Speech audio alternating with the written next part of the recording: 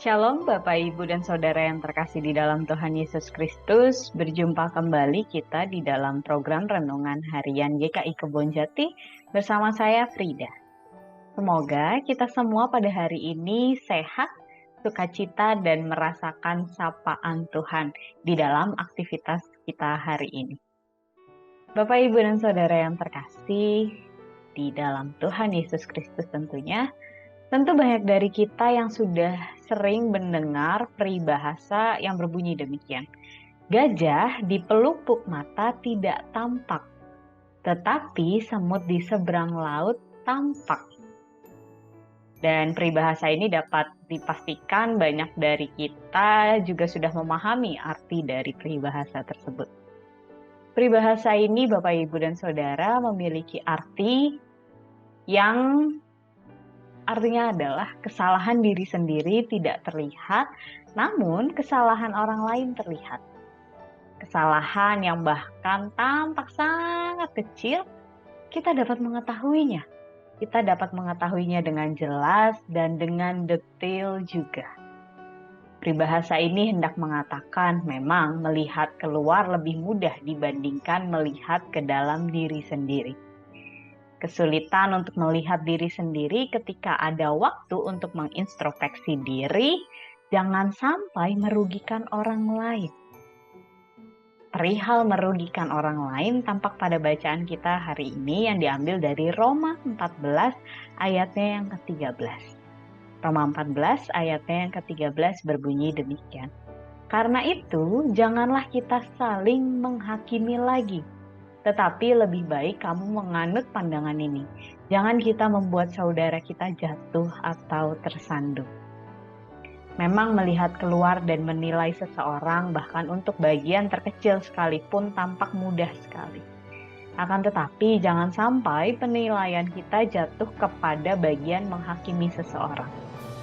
Penilaian yang kita berikan yang pada akhirnya berubah haluan menjadi momen untuk menghakimi, pada akhirnya akan berakhir menjadi batu sandungan akan orang lain. Atau bahkan menjadi batu sandungan bagi diri kita. Menilai seseorang dan mengingatkan seseorang memang memiliki arti yang baik, tujuan yang baik. Jika penilaian dan teguran tersebut memiliki dasar kasih di dalamnya. Jika kita memiliki nilai kasih di dalam diri kita, tentu kita akan memiliki banyak pertimbangan dalam penilaian dan teguran yang akan kita sampaikan pada seseorang yang kita kasihi. Akan banyak pertimbangan yang kita pikirkan. Pertimbangan yang kita miliki biasanya akan dikelola dengan matang, lebih matang di dalam diri kita. Terlebih ketika kita bisa melihat jauh ke dalam diri kita. Kita mau bercermin ke dalam diri kita. Dan pertimbangan tersebut pada akhirnya akan menjadi pertimbangan yang matang dan menghasilkan hasil yang baik, yang bijak dalam pilihan kita. Pilihan apapun itu. Pilihan kata, pilihan dalam cara penyampaian, dan yang lain sebagainya.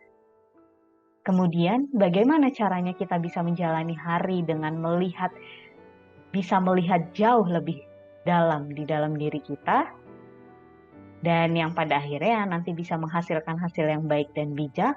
Jawabannya ada di ayatnya yang ke-22, yang berbunyi demikian.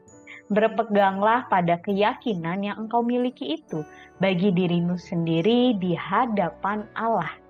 Berbahagialah dia yang tidak menghukum dirinya sendiri dalam apa yang dianggap baik untuk dilakukan.